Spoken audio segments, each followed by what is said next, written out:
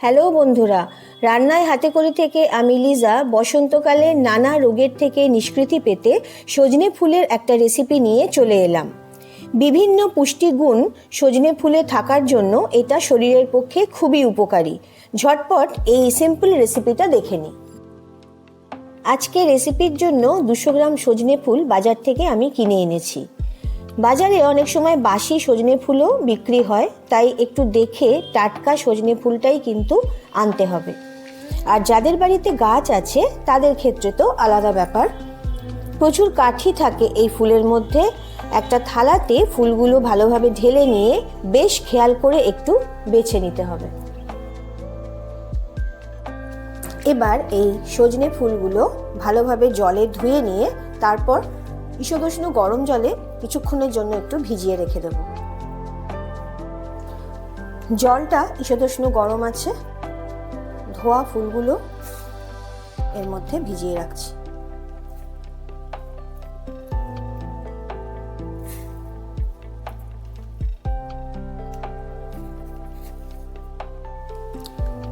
কিছু শিম কেটে নিয়েছি এইরকম সরু সরু করে, আর তার সাথে নিয়ে নিয়েছি কিছু কড়াইশুঁটি।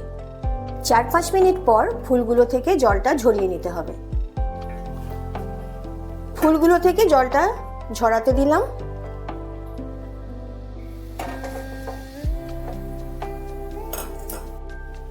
সর্ষের তেল দিয়ে দিচ্ছি। ফোড়ন হিসেবে শুধুমাত্র দিয়ে দিতে হবে সর্ষে।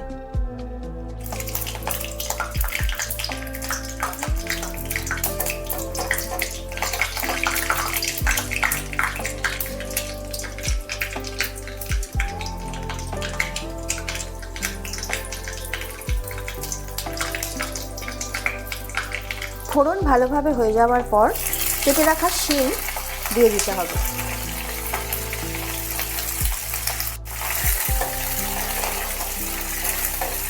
শিমটা একটু তেলের মধ্যে নাড়াচাড়া করে ভেজে নিতে হবে। দিয়ে দিতে হবে একটু স্বাদ মতো লবণ।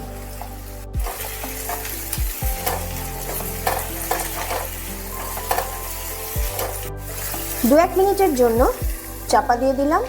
আর একটা কথা, এই রান্নায় কিন্তু কোনো রকম লঙ্কা, কোনো লঙ্কাই, কাঁচা লঙ্কাই হোক পাকা লঙ্কা হোক, ব্যবহার হয় না। 2-1 মিনিট পর শিমগুলো একটু ভাজা ভাজা হয়ে এলে এর মধ্যে দিয়ে দিতে হবে কড়াইশুঁটিগুলো। কড়াইশুঁটি দিয়ে ভালোভাবে তেলের সাথে একটু নাড়াচাড়া করে নিতে হবে।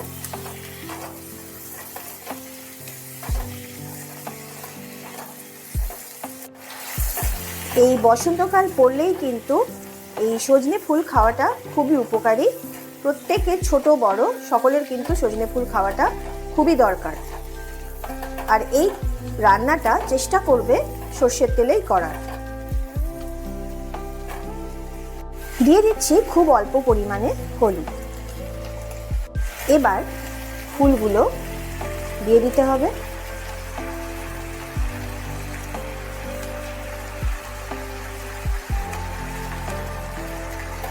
ফুলগুলো দিয়ে ভালোভাবে শিম কড়াইশুঁটি মিশিয়ে নিতে হবে।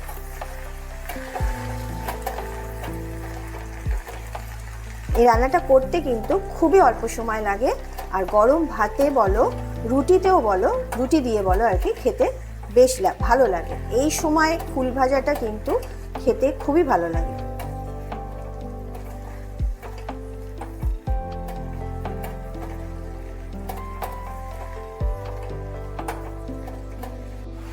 শিম ভাজার সময় অল্প পরিমাণে একটু লবণ দিয়ে দিয়েছি, আবার দিয়ে দিতে হবে একটু লবণ।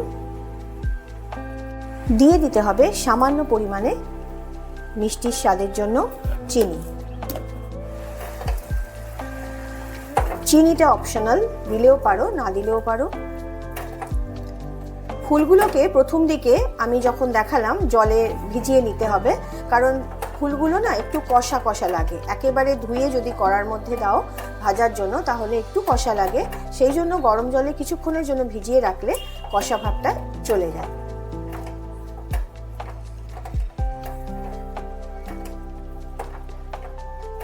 1 মিনিটের জন্য একটু চাপা দিয়ে দিলাম।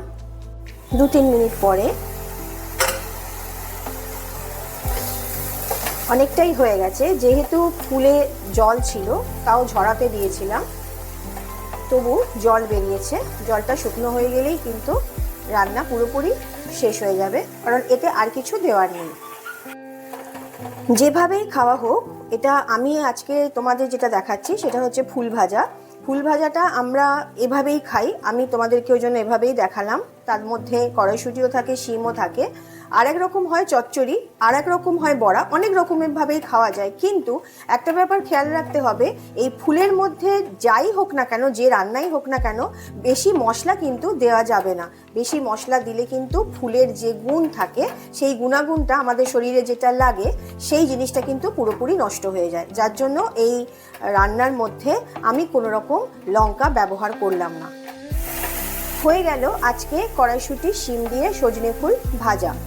আজকে তোমরা যারা আমার এই ভিডিওটা দেখলে তাদের জন্য বলছি, তোমরা অবশ্যই কিন্তু কমেন্ট বক্সে জানিও কিরকম লাগলো। আর যারা নতুন বন্ধু হয়ে আমার কাছে এসেছো আজকে রান্না দেখতে, তাদের জন্য বলছি তোমরা অবশ্যই কিন্তু আমাকে কমেন্ট করে জানিও কিরকম লাগলো তোমাদের এই রান্না। আর তার সাথে সাবস্ক্রাইব, লাইক, শেয়ার করতে কিন্তু ভুলো না। যারা নববধূ, যারা নতুন রান্নাঘরে প্রবেশ করেছো, কি করবে ভেবে পাচ্ছ না, এটা কিন্তু এই সময়কার জন্য, মানে এই বসন্তকালের জন্য একদম পারফেক্ট একটা রেসিপি। তোমরা অবশ্যই করে খাওয়ালে কিন্তু কোনো রকম ঝামেলা নেই কিন্তু এটার। ওই জন্য বলছি তোমরা যদি করে খাওয়াও তাহলে কিন্তু সবাই নিন্দে কেউ করবে না। তাহলে আজকের মতন আমি চললাম, টাটা। তোমরা সকলে সুস্থ থেকো, ভালো থেকো।